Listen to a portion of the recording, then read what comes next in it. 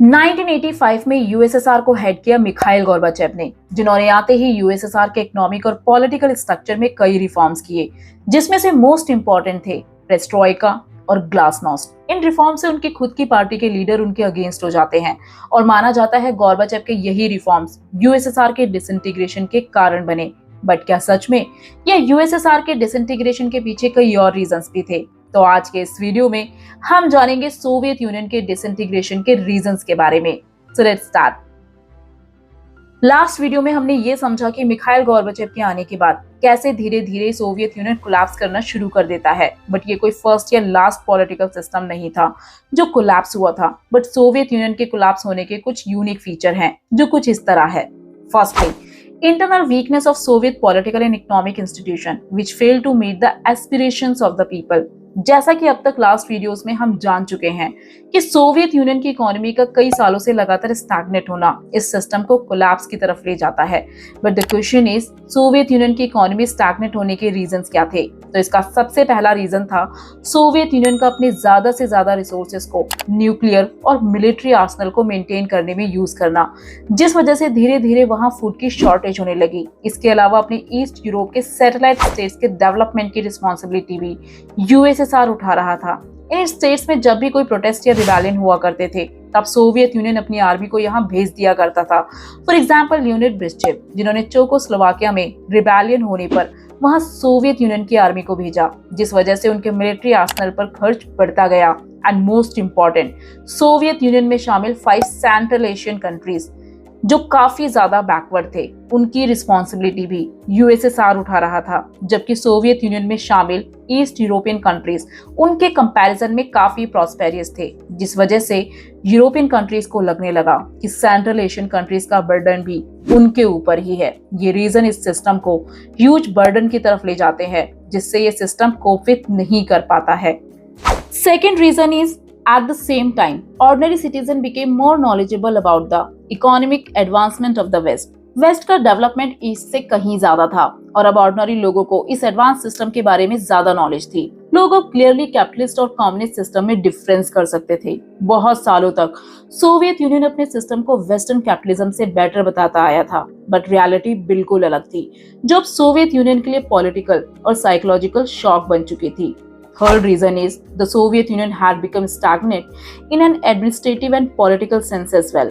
Communist party, जिसने Soviet union में करीब 70 इयर्स तक रूल किया, पर यह पार्टी लोगों के प्रति अकाउंटेबल नहीं थी, जैसे कि स्टालिन, जो कि एक ऑटोक्रेट थे। धीरे धीरे ऑर्डिनरी लोग इस तरह के पॉलिटिकल सिस्टम से एलिनेट होने लगे। लोगों का इस पार्टी से अलग होने का रीजन सिर्फ यही नहीं था, एडमिनिस्ट्रेशन में करप्शन और मिस्टेक्स को करेक्ट ना करने की इनएबिलिटी। सोवियत यूनियन के लोग चाहते थे कि इस पार्टी के लीडर गवर्नमेंट में ज्यादा से ज्यादा ओपननेस मींस ट्रांसपेरेंसी लेकर आए, बट गवर्नमेंट इस ओपननेस के लिए तैयार नहीं थी। इसके अलावा यूएसएसआर जैसे वास्ट लैंड पर पावर का सेंट्रलाइजेशन होना मींस पावर सिर्फ एक गवर्नमेंट या कहा जा सकता है सिर्फ कम्युनिस्ट पार्टी के पास होना। बट इस गवर्नमेंट में सबसे वर्स्ट ये था कि ब्यूरोक्रेट्स का जरूरत से ज्यादा प्रिविलेज उठाना, जो आम लोगों के लिए एक बड़ी परेशानी बन चुकी थी, जिस वजह से लोगों का गवर्नमेंट से विश्वास कम होता गया। अब अगर इसे एक बार समराइज करें तो अब तक हमने जाना कि इस सिस्टम में एडमिनिस्ट्रेटिव लेवल पर काफी ज्यादा करप्शन था। सोवियत यूनियन की इकोनॉमी स्टैग्नेट हो चुकी थी और पॉलिटिकली लोगों के पास इंडिपेंडेंस नहीं थी। मींस अब जरूरत थी इस सिस्टम में रिफॉर्म की, और इन रिफॉर्म्स को करते हैं मिखाइल गोर्बाचेव। 1985 में कम्युनिस्ट पार्टी के जनरल सेक्रेटरी बनने के बाद मिखाइल गोर्बाचेव प्रॉमिस करते हैं कि वो इस सोशल और पॉलिटिकल प्रॉब्लम से डील करेंगे। अब हैरानी की बात यह है कि इन प्रॉब्लम को एक्यूरेटली डायग्नोज करने के बाद गोर्बाचेव ने कई रिफॉर्म्स किए, फिर भी सोवियत यूनियन कोलैप्स हो गया। तो इसके पीछे क्या रीजन थे?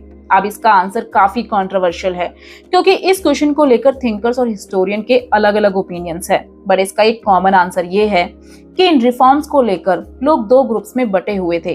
पहला सेक्शन जो चाहता था कि रिफॉर्म्स हो, बट वो सेक्शन गोर्बाचेव के द्वारा किए गए रिफॉर्म से खुश नहीं था, क्योंकि उनका मानना था कि जिस तेजी से गोर्बाचेव को इस सिस्टम में रिफॉर्म लाने चाहिए वो उतने स्पीड से नहीं हुए हैं। बेसिकली ये लोग गोर्बाचेव के मेथड से सेटिस्फाइड नहीं थे। इस सेक्शन को लगने लगा था कि वो इन रिफॉर्म से जितना होप कर रहे थे उन्हें उतना बेनिफिट नहीं मिला, और इसीलिए ये लोग प्रोटेस्ट करने लगे। लोगों का दूसरा सेक्शन था जो इन रिफॉर्म्स को शुरुआत से ही अपोज कर रहा था, और वो थे कम्युनिस्ट पार्टी के लीडर्स या वो लोग जो इस सिस्टम को सर्व कर रहे थे। इस सेक्शन को लगने लगा कि अगर इतनी तेजी से रिफॉर्म्स लाए गए तो उनकी पावर और प्रिविलेज दोनों चली जाएंगी।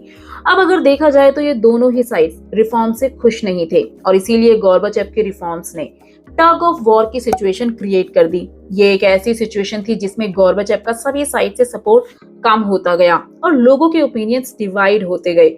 इवन जो लोग उनके साथ भी थे अब वो उनसे अलग होने लगे, जैसे कि बोरिस येल्सिन, जिन्होंने फील किया कि गोर्बाचेव खुद ही अपनी पॉलिसीज को डिफेंड नहीं कर पा रहे थे, जिससे कहा जा सकता है कि धीरे धीरे सोवियत यूनियन कोलैप्स होने की तरफ जाने लगा। बट क्या सिर्फ यही रीजन थे? तो आंसर है नहीं। यूएसएसआर के डिसइंटीग्रेशन के कई और रीजंस भी थे, जैसे कि the rise of nationalism and the desire for sovereignty with in various Republic means Russia और बाल्टिक रिपब्लिक, जिसमें शामिल थे एस्टोनिया, लातविया और लिथुआनिया।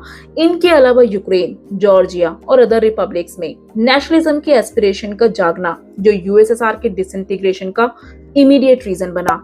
बट इस नेशनलिज्म के एस्पिरेशन को लेकर भी हमें डिफरेंट व्यूज देखने को मिलते हैं, जिसमें एक व्यू ये है कि नेशनलिज्म की एस्पिरेशन हमेशा से ही थी। अगर रिफॉर्म्स नहीं भी लाए जाते तब भी यूएसएसआर का डिसइंटीग्रेशन होना ही था।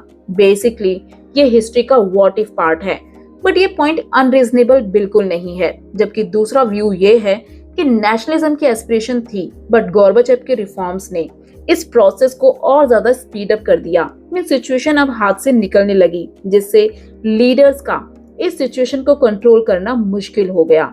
एक और important point, ironically cold war के दौरान थिंकर्स को लगता था कि सेंट्रल एशियन रीजन जैसे कि कजाकिस्तान, उज्बेकिस्तान, तजाकिस्तान और किर्गिस्तान में नेशनलिज्म को लेकर स्ट्रॉन्ग अनरेस्ट देखने को मिलेगा, क्योंकि इन रीजन में एथनिक और रिलीजियस डिफरेंसेस काफी ज्यादा थे।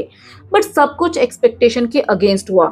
नेशनलिस्ट डिससैटिस्फैक्शन यूरोपियन पार्ट में ज्यादा देखने को मिला, जो ऑलरेडी काफी ज्यादा प्रोस्पेरियस था, जैसे कि रशिया, बाल्टिक एरियाज, यूक्रेन और जॉर्जिया में। ऑर्डिनरी लोग सेंट्रल एशिया से एलिनेटेड फील करने लगे, क्योंकि उन्हें लगने लगा कि सेंट्रल एशियन रीजन जो काफी ज्यादा बैकवर्ड थे, उनका बर्डन भी उन लोगों को उठाना पड़ रहा है। तो ये थे रीजंस यूएसएसआर के डिसइंटीग्रेशन के। नेक्स्ट वीडियो में हम बात करेंगे डिसइंटीग्रेशन के कॉन्सिक्वेंसेस के बारे में। Hope you like this video. For more videos, do like, share and don't forget to subscribe our channel.